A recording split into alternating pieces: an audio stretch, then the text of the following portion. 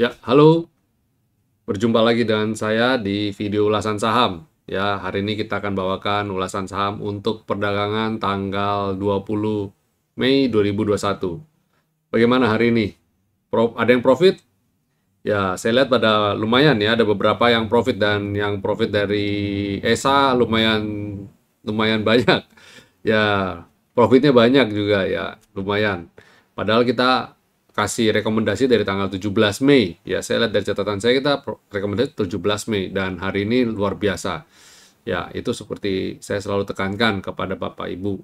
Trading itu harus sabar. Bukannya apa? Harus sabar.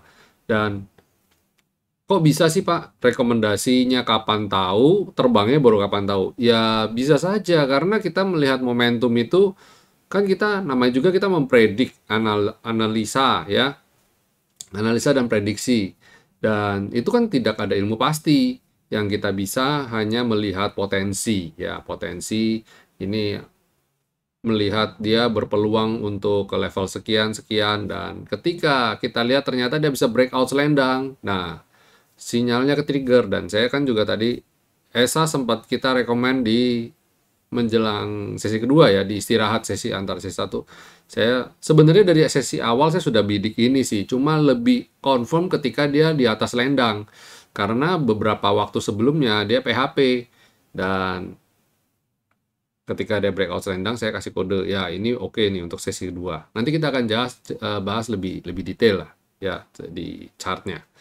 Dan pola yang tercipta hari ini banyak yang oke ya, banyak yang bagus-bagus, beberapa terlihat menarik ya, menarik banget. Nanti kita melihat dalam beberapa waktu ke depan trennya bagaimana ya. Setidaknya harapan saya tidak buat lower low dan ini cuma tidak sekedar dead cat bounce saja dan ini menunjukkan bahwa membawa tren yang lebih baik di bulan Juni nanti.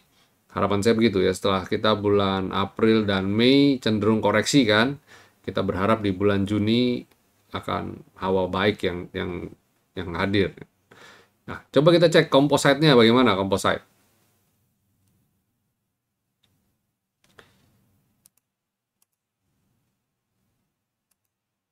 Ya, ini dia. Sebentar, saya ganti dulu. Oke, composite. Composite hari ini net buy asing 278,8 bio. Ya, luar biasa. Dan pola yang tercipta cukup baik ya, cukup baik walaupun itu belum jadi sinyal yang valid bahwa ini adalah sinyal reversal yang valid. Kenapa saya bilang begitu? Karena dia masih di bawah selendang dan masih di bawah V-line. Jadi di winner stocks, saya lebih menekankan posisi chart candlestick di dalam susunan indikator kita. Selendang, skyline, dan V-line. Saya tidak pakai istilah, saya tidak menggunakan kayak bullish harami ya, atau kalau enggak inside bar gitu-gitu. Ya kita bisa melihat itu sebagai suatu sinyal ya, sebagai suatu pattern. Tapi itu tidak yang utama, itu sebagai penunjang saja. Kenapa? Karena tetap semuanya kembali lagi ke selendang, V-line, dan skyline. Kenapa? Karena itu adalah kuantitatif. Berbeda dengan inside bar, berbeda dengan bearish harami atau bullish harami atau apa. Apa ini yang candle yang kayak gini saya lupa apalagi istilahnya. Itu hasil pengamatan bertahun-tahun, mungkin bahkan berpuluh-puluh tahun yang lalu dari trader. Nah, kalau harami-harami gitu, Bapak Ibu bisa tebak kan, itu dari Jepang. Sedangkan inside bar itu lebih ke Amerika, lebih ke Western. Jadi, semua itu berdasarkan experience saja, bukan based on kuantitatif. Jadi, sifatnya lebih ke kualitatif. Contoh, kan yang candle yang tercipta itu tidak melulu mempunyai ukuran yang sama. Idealnya, coba Bapak Ibu googling, kalau berbicara mengenai pattern kayak harami gitu ya, atau dan inside bar dan lain-lain, itu idealnya itu candlesticknya diukur. Dan yang tercipta berikutnya ya itu posisinya seperberapanya sekian dari body, dari batang dan lain-lain. Jadi nggak segampang itu, nggak segampang kita asal cuap-cuap ya ini beri salami bla bla bla ya. Sekilas memang buli salami ya sekilas, tapi belum tentu itu benar-benar. Dan Indonesia tidak bisa seperti negara lain ya. Indonesia bahkan indikator yang paling paten pun, maksudnya yang kayak contoh stokastik, MACD, Bollinger Band, Donchian, RSI, CCI, dan lain-lain, itu pun seringkali bisa dipatahkan. Kenapa? Karena market cap Indonesia itu kecil di mata dunia. Jadi mudah sekali untuk bikin anomali gitu. Contoh, harusnya sinyal seperti ini rebound, tapi karena di sini ada bandar kuat yang lagi mau guyur barang, selesai sudah. Mau pola bullish harami pun ambiar, besoknya pasti ambiar. Contoh, yang candle begini tuh nggak cuma satu loh. Ini tuh di sini. Coba Bapak Ibu lihat nih yang saya kasih lingkar ini, yang kursor saya putar-putar. Ini polanya sama nggak sama ini? Sama, ini inside bar juga. Inside bar loh ini. Dan dia masih di atas V-line bahkan. Ambiar nggak? Ambiar karena saya lihat kalau di winner stock gampang. Patokannya dia nggak bisa naik di atas selendang, that's it. Nggak usah pusing-pusing, nggak usah hafalin bullish harami, bearish harami, engulfing lah. Nggak usah hafalin, udah lihat aja. Candlestick tidak bisa naik ke atas selendang, that's it. Jual aja.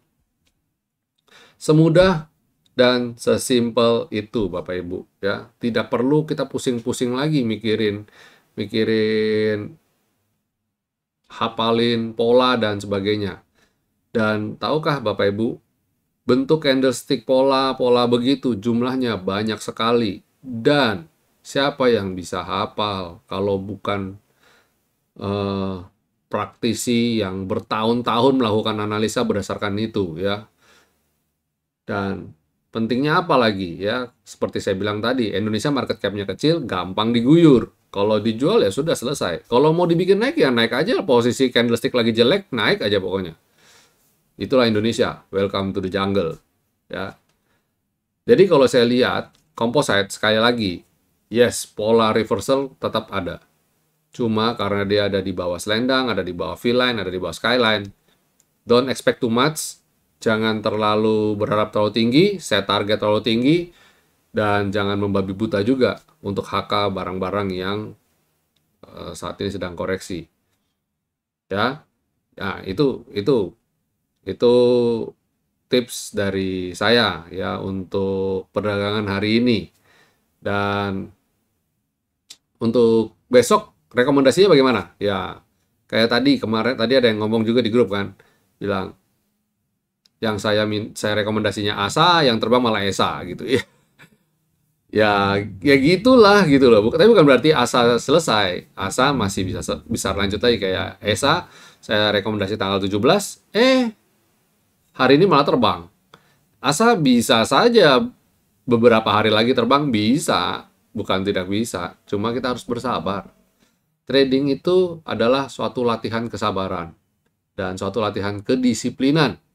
Tanpa dua itu, ya itu faktor X lah ya. Kita ngomong itu sebagai faktor X di luar metode. Ya, di luar metode. Yang urusan sabar, urusan disiplin, saya nggak bisa ngajarin. Saya nggak bisa paksa Bapak Ibu. Semua harus Bapak Ibu lakukan dengan kemauan sendiri dan dengan motivasi dan disiplin sendiri gitu. Saya hanya bisa ngajarkan metodenya. Dan saya cuma tinggal Bapak Ibu, saya membimbing Bapak Ibu untuk menjadi lebih sabar, membimbing untuk menjadi lebih disiplin gitu kan. Kita seperti itu aja, kita ingetin kan selalu berkali-kali di grup kan, kita ingetin berkali-kali di grup. Kayak tadi, Pak Erwin udah boleh masuk belum? Saya bilang kalau saya sih tunggu jam 11, saya bilang itu jam 10 jam 11. Terus kan ada diskusi juga yang kita ngomong, tapi kalau jam 10 jam 11 sering ditinggal. Ya memang kalau memang begitu adanya, ya udah anggap saja nggak jodoh, udah selesai, gampang kan? Tapi ada juga yang ketika masuk jam 10, malah dapat harga diskon. Contoh, kayak hari ini Indosat, ada yang dapat harga 2160, ya kan? Penutupannya Indosat ke berapa? Sorry, Excel ya. Terus penutupannya Excel ke 2220. Terus ada lagi yang Indosat. Indosat tadi ada di 6000, sempat terdiskon ke 6250-an kalau nggak salah, atau 60-an, dan penutupan di 6375 ya. Jadi penting sekali kita untuk menjadi lebih bersabar ya. Jangan jangan FOMO. Saya sudah ajarkan di live trading Jakarta kemarin ya. Please lah, FOMO itu tinggalin aja lah. Jangan FOMO. Kalau seumpama memang mau masuk di atas jam 10 tapi sudah terbang, ya masuk buat begini aja, buat supaya menghilangkan rasa penasaran kita dan rasa gregetan kita. Masuk sedikit aja gitu, 1/10 dari alokasi yang Bapak Ibu mau. Contoh, saya target masuk 10 juta. Ya, karena sudah ketinggalan, ya masuk 1 juta saja, atau maksimum 3 juta aja, udah gitu aja. Kalau mamanya dibanding turun pun, ya kan masuknya baru sedikit gitu kan. Jadi tidak ada ilmu pasti, tidak ada sesuatu hal yang pasti dan saklek di sini. Jadi kita harus luwes. Menjadi seorang trader itu harus luwes. Sama aja kayak mama ke pasar, kalau lagi nawar barang, kalau lagi kepengen belanja, maksud hati kepengen banget belanja. Tapi barang yang ditawar nggak mau bekekek, nggak mau turun. Yang penjualnya nggak mau turunin. Akhirnya kita gimana? Ya udah beli deh. Tapi karena barangnya lagi mahal, beli aja dikit dulu. Jangan maksa mesti beli banyak. Setuju di sini? Mak-mak, raise your hand, angkat tangan. Jadi trading itu ya lakukanlah seperti kejadian sehari-hari gitu ya. Jangan kaku. Nah, itu kalau ibu-ibu mungkin lebih gampang kan. Lebih lebih enggak juga sih ya, ada ibu-ibu yang pokoknya mungkin merasa kalau saya nggak murah nggak mau beli. Nah, siapa itu? Raise your hand juga, angkat tangan. Ya, kalau bapak-bapak lebih nggak ada sindrom gitu kali. Bapak-bapak pokoknya ketinggalan hajar, beli, hajar kanan gitu ya. Atau kalau nggak disuruh jam 11, jam 10, jam 9 udah masuk. Ayo, siapa yang itu? Angkat tangan. Ya, jadi trading itu all about psychology sih. All about masalah hati ya. Di sini kita kesabaran kita diuji, ketenangan kita mengambil keputusan diuji. Jadi umur pengaruh nggak ya? Saya rasa umur sebagian besar pasti pengaruh. Beda antara anak muda yang lagi trading sama orang tua yang sedang trading. Terus tingkat kemapanan pengaruh juga nggak ya? Ya jelas pengaruh. Jadi yang masih punya pekerjaan sama yang sudah mengandalkan full di sini di saham, tentu saja psikologinya berbeda, ya kan? Itu sebabnya saya selalu menekankan pentingnya money management, pentingnya disiplin yang tinggi. Untuk apa? Untuk saya lebih menitik beratkan kepada orang-orang yang mungkin berpikir untuk menjadikan trading itu suatu mata pencarian utama, ya. Yang membuat trading itu untuk sebagai solusi ketika usia pensiun dan kepengen menjadi trader yang mandiri, full time trader gitu ya. Nah, jadi itu sebabnya saya selalu tekankan ke sana. Berbeda ketika kalau tingkat kemapanannya sudah tinggi dan sebagainya sudah untung, tradingnya pasti jauh lebih santai. Itu nggak usah diajarin psikologi trading lagi ya. Istilah katanya ya dalam hal gimana-gimana pun orang ini tidak akan sampai jatuh parah gitu ya, mentalnya maksud saya. Jadi kita ngomong mengenai mental loh ya, kita ngomong psikologi trading. Jadi saran saya bagi Bapak Ibu yang mau tetap untuk berkecimpung full time trader, saya full time trader. Nah, malah usaha saya yang saat ini sedang usaha real itu jadi kayak usaha sampingan. Trader jadi usaha utama. Bisa begitu gimana? Karena tetap bagaimanapun juga penting untuk memanage. Saya kalau lagi jam-jam yang lagi high volatile, saya memilih untuk tidak melototin monitor gitu kan. Dan untuk lebih disiplin trading based on target gitu. Saya sudah sering saya bagikan juga ya ketika di acara live trading. Siapa yang sudah baca catatannya, mungkin catatannya sudah ada di situ juga, bahwa kita trading itu sesuai target dulu aja ya. Trading itu kan saya selalu kalau kasih rekomendasi kan ada saham ABCD, target target pertama di sini, target kedua di sini, target ketiga di sini, dan stop lossnya di sini. Stop loss pun ada dua stop loss lagi, stop loss 1, stop loss 2. Nah, disiplin dengan itu dulu aja, main di target 2, target 3. Jadi nggak usah sampai mainin trailing stop. Mainin trailing stop menurut saya sudah ajarkan berkali-kali, bahkan sudah lama sejak awal mula winner stock selalu saya tekankan. Trailing stop hanya untuk yang sudah experience, profesional, yang sudah ya posisi profit. Kayak kemarin teman kita ada yang share DMMX profitnya 70%. Wow, kasih applause. DMMX dalam perjalanannya bagaimana? Apakah flat ataukah tanjakan terus? Kan enggak, naik terus habis itu turun lama, habis itu dia naik lagi gitu ya. Hari ini DMMX koreksi. Terus yang posisi-posisi sudah profit 70%, 80%, ya santai aja. Hari ini DMMX koreksi cuma berapa sih? Bahkan nggak koreksi lagi, ditutup 0,5. Sempat tadi dia 0,5%. Sempat tadi dia terendahnya di 820. Saya ingat banget karena saya lihat DMMX tadi. Dan untungnya sempat jualan pagi-pagi. Pagi-pagi ketika dia spike ke 1000-an, saya sempat buru-buru jualan dulu. Dan ya itu pentingnya punya target, punya manajemen yang baik ya. Jadi saran saya kita main di target saja. Kalau kita bermain di target jauh lebih gampang, jauh lebih aman. Apalagi di hari-hari ini. Hari-hari ini market volatile banget. Hari ini terbang, besok belum tentu terbang. Hari ini koreksi, besok belum tentu koreksi lagi. Besok bisa aja tiba-tiba terbang. Jadi pinter-pinter kita. Jadi kalau saya sudah bilang berkali-kali, kalau sudah profit, ambil aja. Nanti besok beli lagi, trading lagi. Begitu terus. Gitu dulu. Marketnya lagi kurang kondusif ya, kurang kondusif. Kalau sudah profit, tapi kalau belum profit, disiplin dengan money management, disiplin dengan target stop loss-nya. Bisa jadi ketika dia mau ketemu stop loss dia nggak jadi, dia terbang. Contoh sekali lagi apa? ESA bisa jadi contoh yang bagus. Ya, ESA itu ketika saya rekomendasi tanggal 17 sempat terbang sedikit, habis itu dia koreksi. 2-3 hari koreksi, hari ini tanggal 20, bam, langsung dia naik terbang, dia ngegas. Kalau kemarin ketika dia koreksi, Bapak Ibu galau dan buru-buru jual, hari ini gimana? Segigit jari, jambak-jambak rambut. Aduh, kenapa harus saya jual?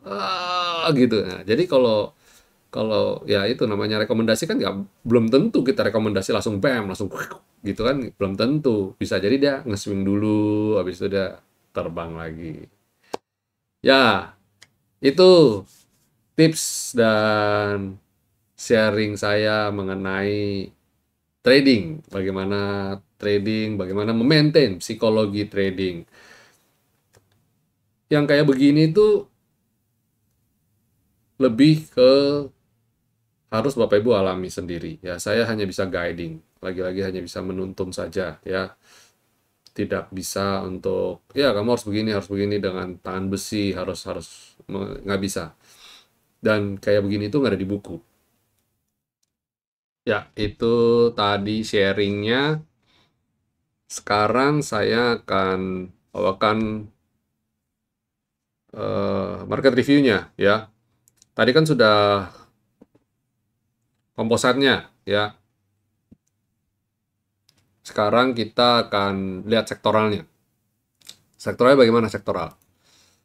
Sektoral, ya ini sektoralnya. Basic industry masih turun terus ya. Waduh, ini ngeri-ngeri sedap nih. Masih turun terus, jadi sektor ini masih kita sampingkan dulu. Lalu consumer cyclical sudah mulai ada tanda-tanda rebound, tapi lihat dia masih sideways pada dasarnya. Nah, ini kalau lihat ya dari sejak indeks ini diperkenalkan ya, dia masih sideways nih. Ini kalau saya bikin kotak range-nya, ini nggak ada skalanya nih ya. Saya cuma,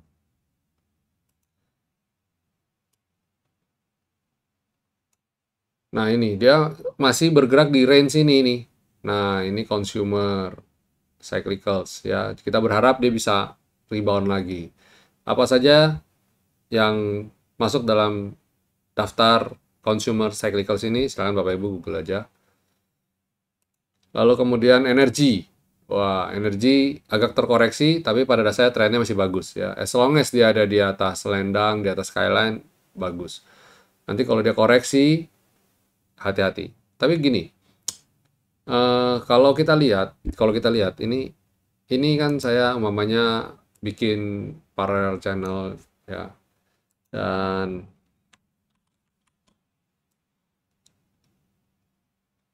kalau kita bikin begini, ini pada dasarnya dia masih rapi nih bergerak di range ini ya, masih bergerak di range ini.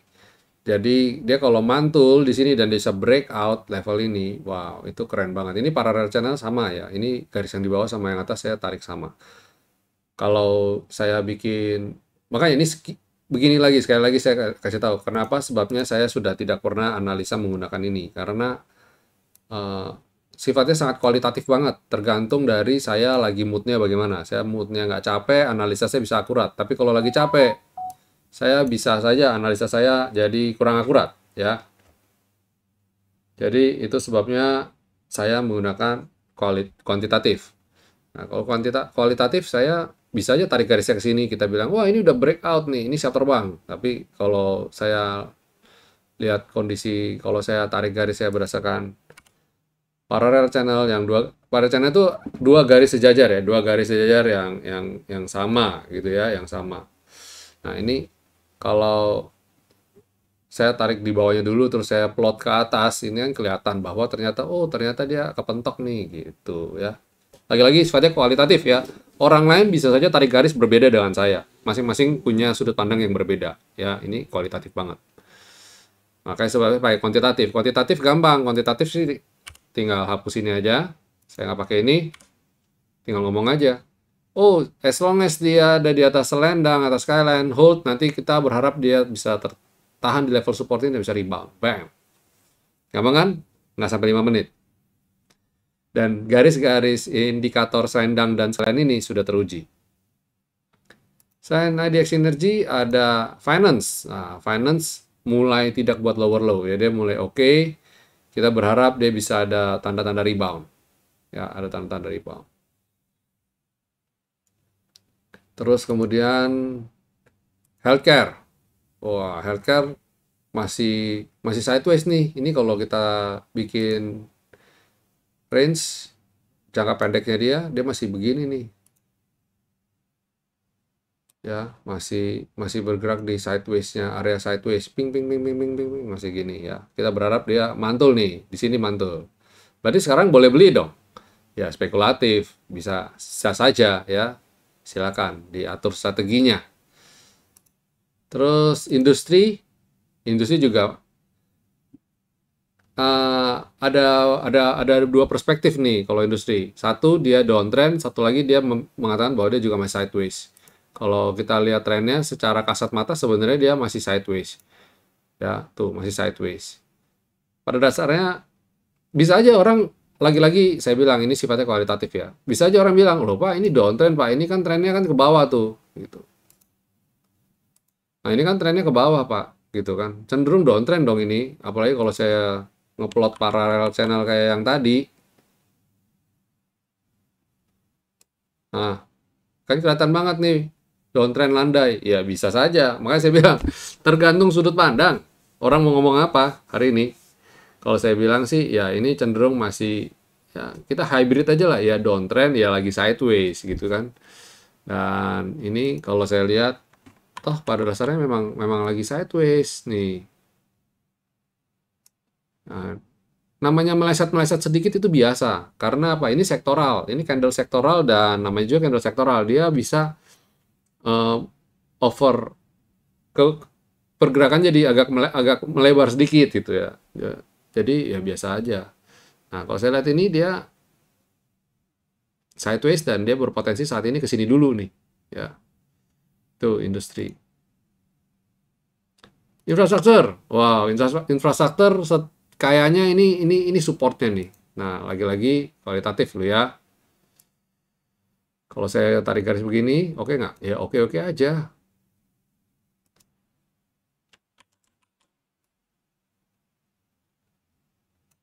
Nah, ini dia masih bisa bergerak di sini. Nah, kalau bisa breakout ini baru oke, baru aman ya. Sementara belum. Target ke sini dulu, nanti bisa potensi koreksi lagi. Hati-hati makanya. Tapi kalau saya lihat momentumnya, kemungkinan bisa naik lagi. Sedikit ya. Ini infrastruktur, silakan Bapak Ibu yang ada di infrastruktur.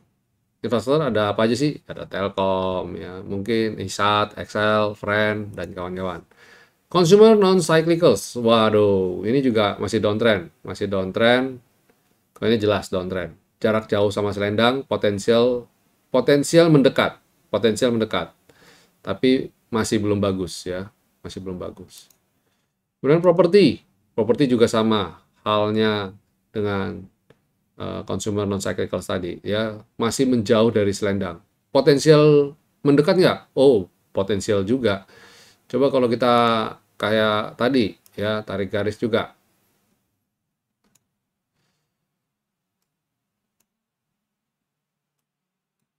Ya. Nah, kalau kayak begini sih cenderung sih masih akan koreksi jauh sih kalau saya lihat ya. Modelnya begini ya. Dia masih turunnya ke sini lagi baru dia naik lagi. Jadi kalau saya bilang stay away dulu lah dari ini, apalagi transaksinya juga jelek. Kemudian Tekno. Wow, Tekno I like it. Ya, Tekno keren. Ya, besok saham-saham yang berbau Tekno masih berpotensi. Tadi kan udah saya bilang kan, Tekno. Kemarin udah saya bilang. Transportasi, wow, transportasi juga silakan dicermati ya. Transportasi, jadi Tekno transportasi itu oke ya. Ya, oke, itu secara sektoral, pergerakan secara sektoral Bapak Ibu, silakan besok cermati emiten-emitennya. Dan tadi saya sudah sharing banyak ya mengenai bagaimana trading yang baik dan bagaimana mengenai memaintain psikologi trading. Itu penting banget. Dan sektoral, melihat sektoral adalah salah satu cara untuk kita memaintain. Dan bagaimana kita melihat sektor mana saat ini yang sedang masih baik, ya kita trading di sektor itu aja. Kenapa? Karena sektor berbicara korelasi kuat dengan ekonomi. Ekonomi secara keseluruhan, ekonomi makro, ekonomi mikro, ya sektoralnya pengaruh. Apalagi di tengah kondisi pandemi seperti sekarang ini, kita penting sekali untuk bisa cukup peka melihat. Kalau kita nggak, kalau saya kebetulan punya acuan pakai ini, apa namanya, chart. Tapi bagaimana dan Bapak Ibu yang tidak punya chart? Nah, itu butuh kepekaan untuk melihat ini semua. Itu sebabnya saya memberikan guidance melihat secara sektoral untuk membuat jadi ada acuan. Kira-kira mau trading yang mana sih gitu. Ya. Dan jika ingin Bapak Ibu lebih spesifik lagi, silakan Bapak Ibu bergabung bersama kami Winner Stocks Indonesia ya. Di dalamnya kita memberikan rekomendasi live trading juga ya, bahkan ketika live kita berikan, dan manfaatnya banyak, benefitnya banyak jika Bapak Ibu bergabung bersama kami ya. Dan saksikan video ini ya. Di video ini Bapak Ibu akan melihat apa saja manfaat dari Winner Stocks Indonesia.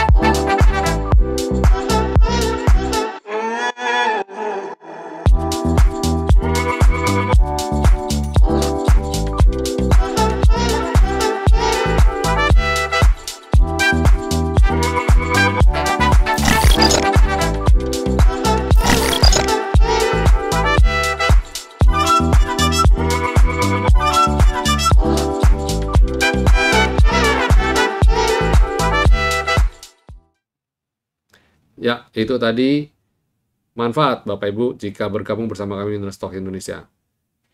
Jangan tunda lagi, segera saja bergabung, karena di Winner Stocks Indonesia banyak sekali pelajaran, banyak sekali hal-hal yang kita pelajari langsung dari kondisi real market, bukan textbook, bukan teori.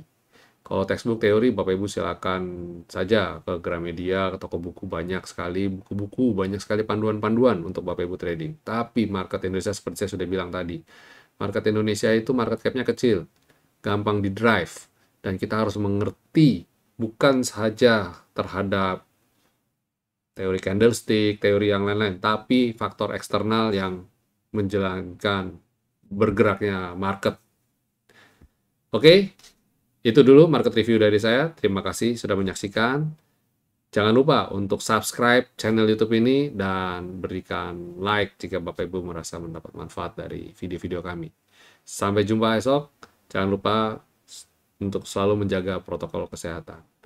Stay safe, stay healthy, and God bless you.